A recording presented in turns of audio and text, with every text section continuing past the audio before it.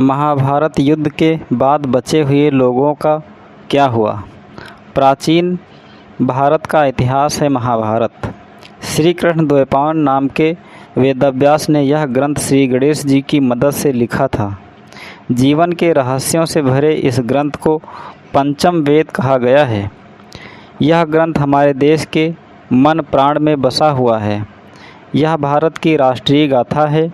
इस ग्रंथ में तत्कालीन भारत का समग्र इतिहास वर्णित है। यह ग्रंथ अपने आदर्श स्त्री पुरुषों के चरित्रों से हमारे देश के जनजीवन को यह प्रभावित करता रहा है। इसमें सैकड़ों पात्रों, घटनाओं, स्थानों तथा विचित्रताओं व विडंबनाओं का वर्णन है। प्रिय मित्रों, नमस्कार। आप सभी का हमारे YouTube चैनल अयोध्या हिंदू रामराज्य में स्वागत है। महाभारत का युद्ध 18 दिनों तक चला। इन 18 दिनों में लाखों योद्धा मारे गए, लेकिन महाभारत के कुछ लोग जीवित बच गए थे। वह जीवित बचे लोग कहाँ चले गए, उनका क्या हुआ, इसके बारे में हम आप लोगों को आज बताएंगे। तो आइए जानते हैं उन जीवित बचे हुए लोगों का क्या हुआ। लाखों लोगों के मारे जाने के बाद लगभग 24,165 कौरव सैनिक लापता हो गए थे, जबकि महाभारत के युद्ध के पश्चात कौरवों की तरफ से 3 और पांडवों की तरफ से 15 यानी कुल 18 योद्धा ही जीवित बचे थे।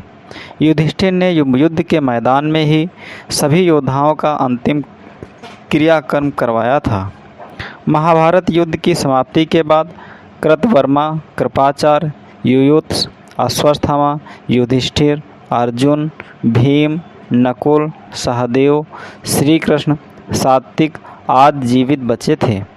इसके अलावा धृतराष्ट्र, द्रौपदी, गांधारी, विदुर, संजय, बलराम और श्री कृष्ण की पत्नियां आदि भी जीवित बचे थे। युद्ध के बाद शाप के चलते श्री कृष्ण के कुल में भी आपसी युद्ध शुरू हुआ, जिसमें श्री कृष्ण के पुत्र आदि सभी मारे गए। बलराम ने यह देखकर समुद्र के किनारे जाकर समाधि ले ली। श्री कृष्ण को प्रभास क्षेत्र में एक बहेलिये ने पैर में तीर मार दिया, जिसे कारण बनाकर उन्होंने देह त्याग दिया। कृष्ण कुल का एकमात्र पुरुष ब्रज बचा था। धृतराष्ट्र और गांधारी ने पांडवों के साथ रहते रहते 15 साल गुजार दिए।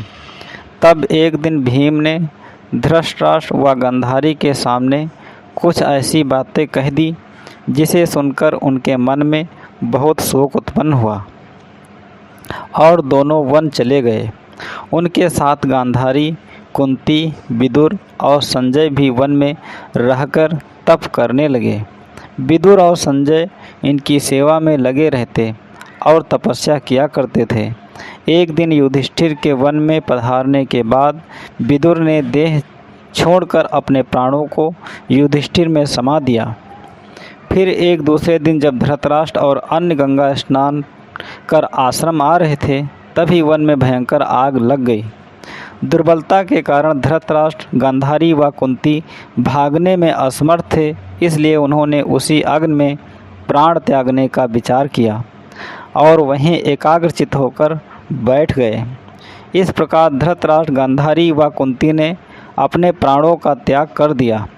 संजय ने यह बात तपस्वियों को बताई और वे स्वयं हिमालय पर तपस्या करने चले गए। धृतराष्ट्र, गांधारी व कुंती की मृत्यु का समाचार जब महल में फैला तो हाहाकार मच गया। तब देवर्षि नारद ने उन्हें धैर्य बंधाया। युधिष्ठिर ने विधिपूर्वक सभी का श्राद्ध कर्म करवाया और दान दक्षिणा देकर उनकी आत्मा की शांति के लिए संस्कार किए।